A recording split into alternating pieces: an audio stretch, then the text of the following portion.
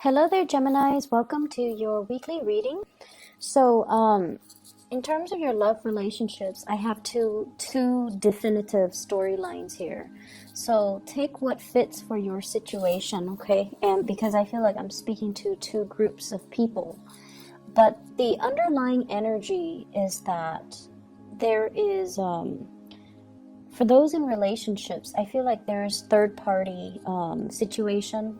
There's third party interference in your relationship, as well as some of you honestly potentially stepping out on your relationship partner. And I feel like the energy is sort of like split this way. I want to talk about, first of all, the person that you're dealing with. Okay, this is the partner. And for those of you in a partnered relationship, I feel like it's a marriage, and I feel at least, this is somebody that's been given a title. So we have here the Empress. And because it's somebody that has a definitive role, I feel like, this can be a wife, a husband, or even a girlfriend or a boyfriend, somebody with status, somebody that has been given a title. And the way that this person is, they're very maternal, they're very nurturing, very, very caring.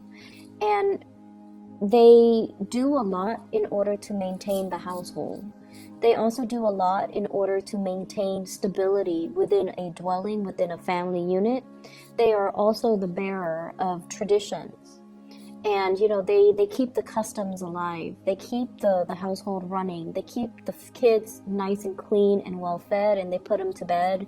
And you're dealing with somebody that embodies the energy of love, nurturing, and abundance. On the negative side of this person, I feel like they can be a little bit controlling. They can be a little bit materialistic or a little bit frivolous, a little bit too much into the way that they look, the way that they are seen by the outsiders, or the way that they are seen by their family. But this is somebody who is very, very strong. They have, generally a very good sense of like a moral compass. And they operate from a space where they like to take care of people. They like to nurture. They can also have a lot of suitors because this deals with beauty. It deals with harmony, beauty, and just appearance.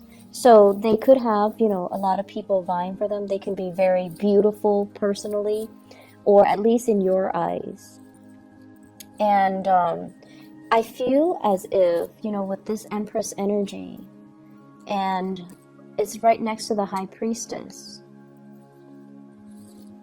The High Priestess, usually in the traditional Rider-Waite deck, it's like the hidden woman, okay? The mister or the mistress. The person that we are keeping on the side, or the person that is not in the public eye.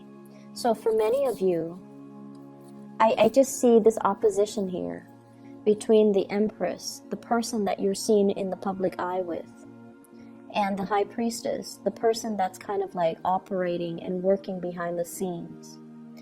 And I feel as well that, you're divided between two people. You might also have two people that are in your environment that you're juggling, or you're stepping out on a relationship. What's coming in at the beginning of the deck, the spread here, is the Seven of Swords.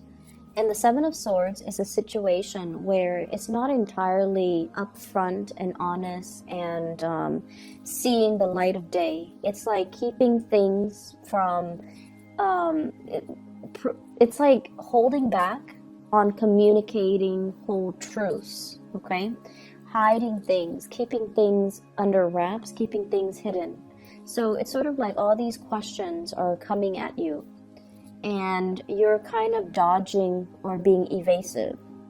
Or at least, if this is not coming from your end, somebody is dodgy or being evasive when it comes to, trying to get to the bottom of things, trying to get answers, trying to get some type of clarity in a situation. And when it comes out as this, as a sword energy, I feel like a lot of it is coming from your end, where you're dodging people in the interrogation process, where you're being very evasive. You're being very careful about what you're revealing, and you're also being very careful about what you're holding back and what you're choosing very wisely, actually, what you're choosing to tell people, what questions you're choosing to ask or answer, and what questions you're choosing to evade. So there's this evasiveness that's coming through, and I feel like in the relationship sector, it usually denotes, third parties. It usually denotes another person that's in the mix. I'm also feeling as well that you could also be dealing with somebody that is like this, where they're keeping some information hidden from you, and you're trying to find out. You could be getting to know this person, and you might see this person as the one that you want to, build a relationship with.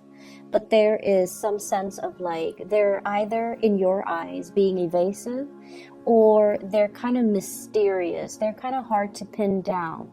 And because of it, the attraction between you and this other person is very, very, it's felt on a very spiritual, on a very deep-rooted level. As well as this sense of bewilderment, this sense of mystery, this sense of wanting to possess another person, wanting to know them inside and out, wanting to ask these questions. But for whatever reason, you're going about it, asking the questions in a very roundabout way. And I feel like the energy flows both ways, okay? For others of you, you could be dealing here with a fire sign. We have here the Knight of Wands. This is somebody that hails from a foreign place, from a foreign land. And I usually associate it with this with Sagittarius, which is your polar opposites. But it could be, another, whatever fire sign, Sagittarius, Aries, or Leo, Sun, Moon, or Rising. This is someone who's quite passionate. They don't stop in one place for too long. It's like, the Rolling Stone gathers no moss. They have that mentality. They're very here today, gone tomorrow. They're very exciting. They're very passionate. They go after what they want. And I feel almost like relationships are nice in their lives, but they're kind of like the nomad. They're constantly looking for new pastures. They're constantly looking for new adventures. They're constantly looking for new land to explore, to roam, to conquer. And I also feel as if you're involved with this person, there's a lot of things in their past that you're trying to figure out. But I don't know why. It's just the communication is not very straightforward. It's almost like you both are feeling this really strong attraction towards one another, but there's a sense of like, they're like this. Can I trust them? Or they're also wondering, the Gemini person is like this. Can I trust them to be truthful and faithful? And then you're wondering, can I trust this person to be truthful and faithful as well? So if you're dealing with a fire sign, Sagittarius, Aries, Leo, Sun, Moon, or Rising, there's this element of wanting to tame the beast, to possess the person, to have them do your bidding, to want to control them, to try to like contain fire, that wand's energy, to try to contain it in your hands. So you might have very well met your match for this week, Gemini. And this is not just somebody that just randomly comes into the picture. I feel like there are things about them that kind of, it's almost like the attraction I feel is very strong, as well as the temptation to want to control, to possess. They could be very possessive towards you, and you could be likewise very possessive towards them.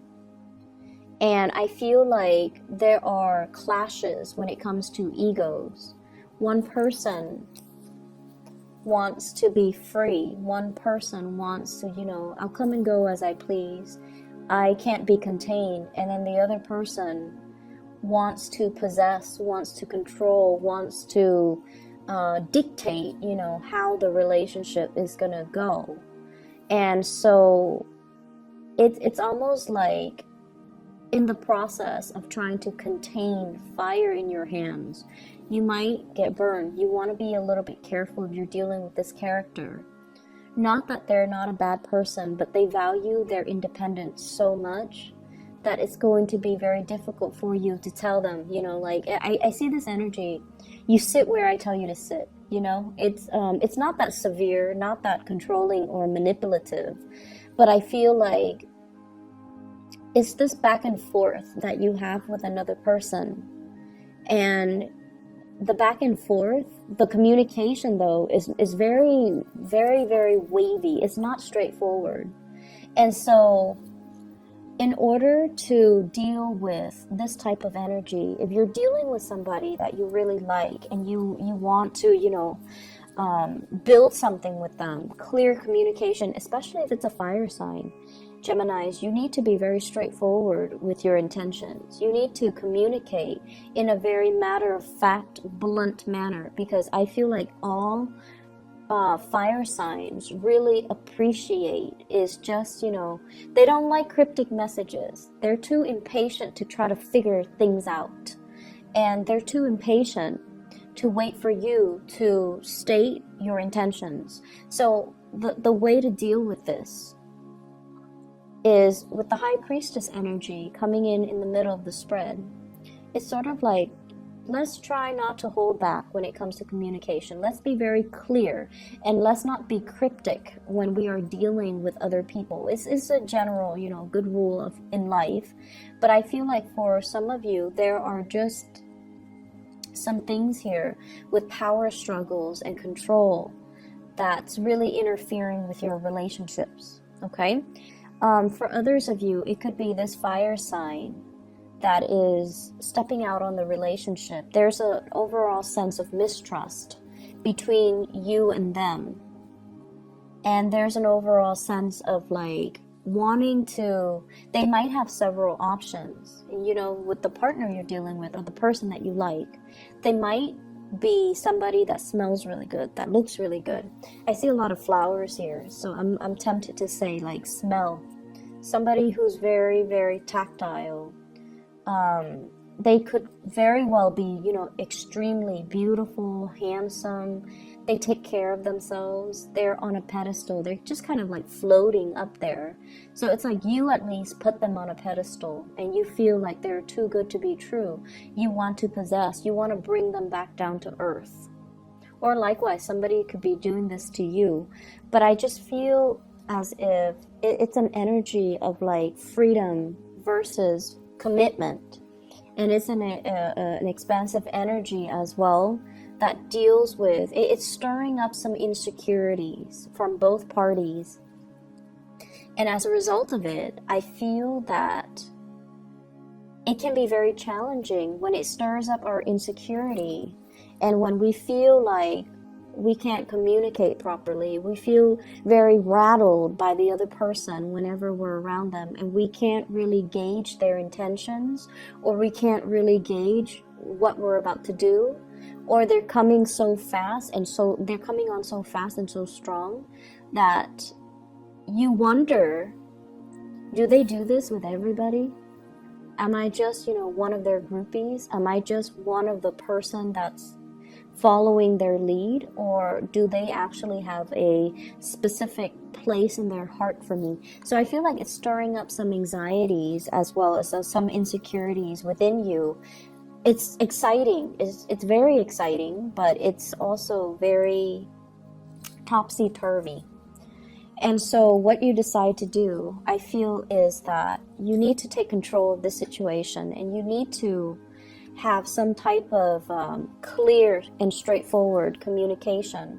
So rather than, you know, keeping them at bay and potentially driving them away, if you really like them, you want to have some type of a mutual understanding, agreement, consensus, or at least, you know, allow them to kind of just understand where you're coming from. Because I feel an energy of like, you know, you can leave, just go, I don't need you. But deep down, you do need them. You want them to come back, but you want to play it off. You want to appear aloof. And so I feel like there's some there are a lot of cues, things that are lost in translations.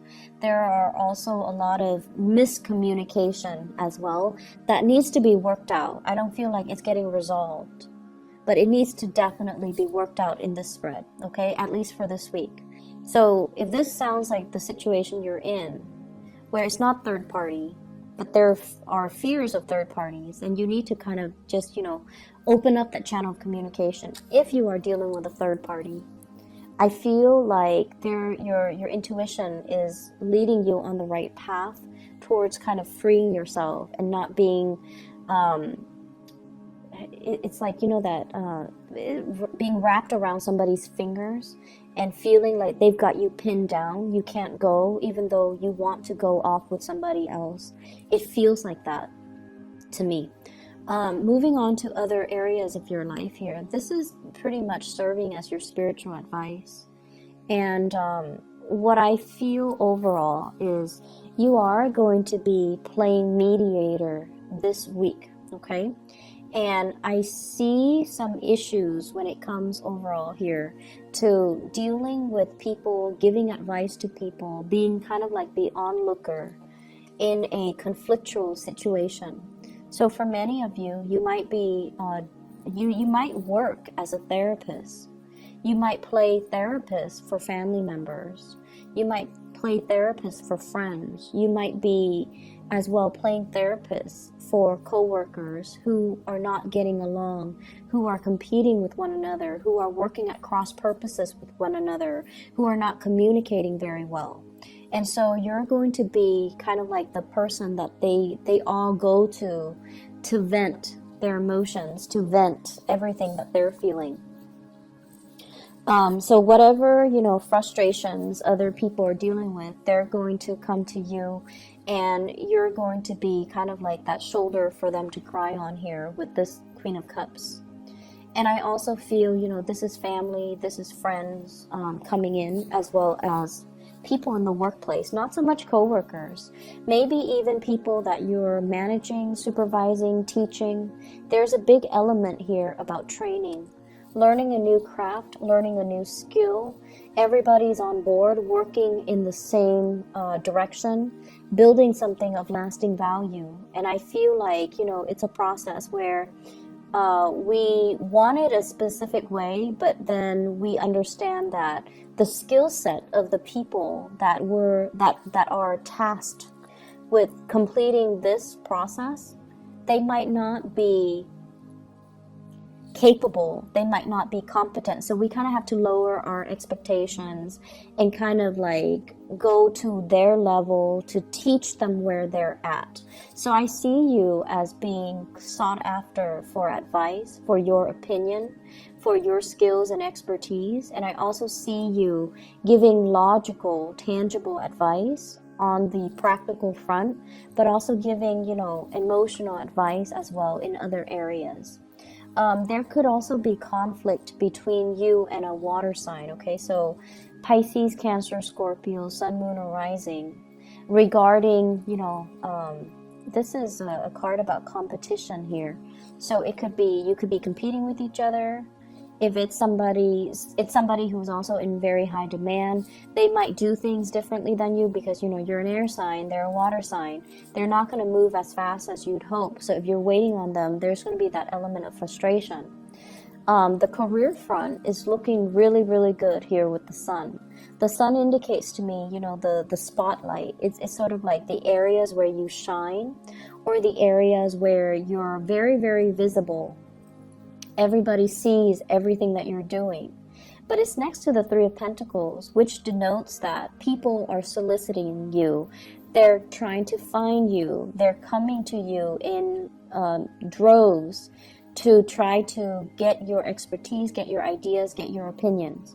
So I feel like you're giving off advice, and then the other person stalls, and they're trying to, work one step at a time. So when I mention like the people in your midst, they're tasked with doing something, but their skill level or their expertise or their capabilities are not on par with what you had plan for them, so you have to lower your expectations a little bit. This is sort of like somebody who doesn't really know how to do things repetitively. So it could be, you know, they're trying to remember the process. So they do like 5 things and then they stop and ask for further clarification or further advice before they can move on to the next thing. It's not like the 8 of Pentacles where, you know, they've done it over and over and over and over again and now they're an expert at it. It's just they're going to stall. They're going to take a little bit more time. They're going to need a little bit more guidance before they proceed to the next step. So in opposition, so it's like, it's not like this where they're kind of working without direction. You know, they know exactly what to do. They know how to do this because they've encountered it before. This is sort of like waiting for feedback, waiting for the next step, waiting for further advice. So I feel like it's a stop-go in the work front, but people are stopping and going, whereas you're the one overseeing the work, overseeing the end result, and you're giving snippets of advice along the way. I feel like the work front, the professional front, it's working out really, really well. It's just as well, I feel, with this love situation, you know, if it's a third party interfering, it could heavily be as well, like, you know, I'm hearing like unwanted attention, a lot of unwanted attention that can lead to misunderstanding as well. So it could be where there's like an active third party interfering in your relationship and it's creating jealousy. Even though you're not partaking in that, it can also create jealousy. It can create misunderstanding when you're trying to nurture and foster a relationship with somebody else. Okay, so I hope the reading has been helpful for you guys. Best of luck for this week. Okay, take care.